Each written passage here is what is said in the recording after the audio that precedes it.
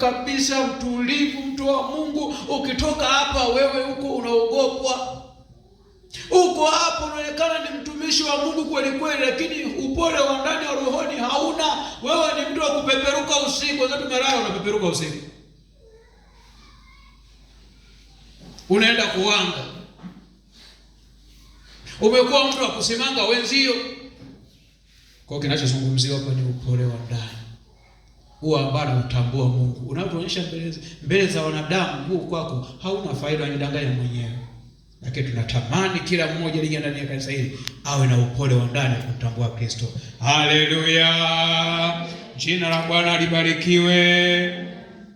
Anasema heri wenye njaa na kiu ya haki, maana hao watashibishwa. Wenye njaa na kiu ya haki wapi? Ni hawa, ni wale wote wanaotamani neno la Mungu kila wakati. Anasema iko siku watashibishwa. Yaani tukisikia semina, mtu wa Mungu upo. Ukisikia hiki cha Mungu tayari upo unafanya.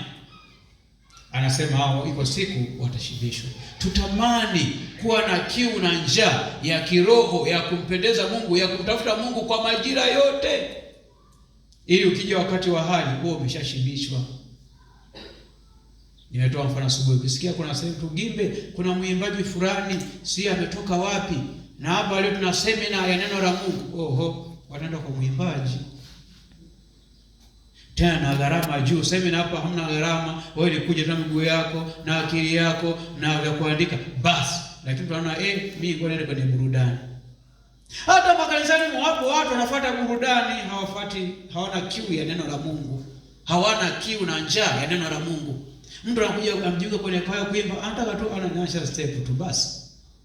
Hana shida na kiu ya Mungu, hana ndani.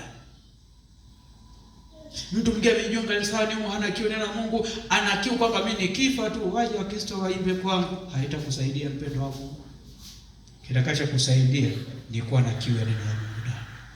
Hicho ndio kitakusaidia. Haleluya! Jina la Bwana libarikiwe. Anasema heri wenye rehema, maana hao watarehemewa. Maana hao watapata rehema. Anamaanisha nini? Kwamba heri watu ambao wanasamehe, wanaachilia wanapouziwa, nao watasamehewa, nao watarehemiwa na Mungu. Ndio maana tunaposoma ile sala ya Bwana anasema utusamehe kama nasi tunavyowasamehe wengine. Je, wewe unasamehe au unayaweka ndani, unayatunza mpaka anaanza kukufanya unaonekana mzee wakati ni kijana kwa sababu ya hasira unayotunza ndani ya moyo wako? Tuwe watu wa kurehemu ili na Mungu naye aende kuturehemu. Haleluya! Jina la Bwana libarikiwe. Anasema heri wale moyo safi, maana hao watamuona Mungu. Watu gani wenye moyo safi? Ni wale ambao kila wakati ni watu wa toba, watu wanaomtafuta Mungu, wanaotafuta uwepo wa Mungu kila wakati. Watu wa kuomba msamaha kwa Mungu, kwamba Mungu mimi ni mkosefu majira yote, wakati wote. Ni watu wa toba. Anasema heri wale moyo safi, maana watamwona Mungu. Kwa kumbe moyo wako unatakiwa uwe safi. Usiwe safi nje alafu ndani ya roho umejaza vitu ambavyo havistahili mbele za Mungu. Haleluya! Jina la Bwana libarikiwe. Tuwe watu wa toba ili mioyo yetu iwe safi ili tukamwone Mungu. Inawezekana ukawa una heri ya njaa na kiu ya haki, lakini moyo wako kama sio safi, Mungu hutamuona. Haleluya! Anasema heri wapatanishi, maana hao ni wataitwa wana wa Mungu.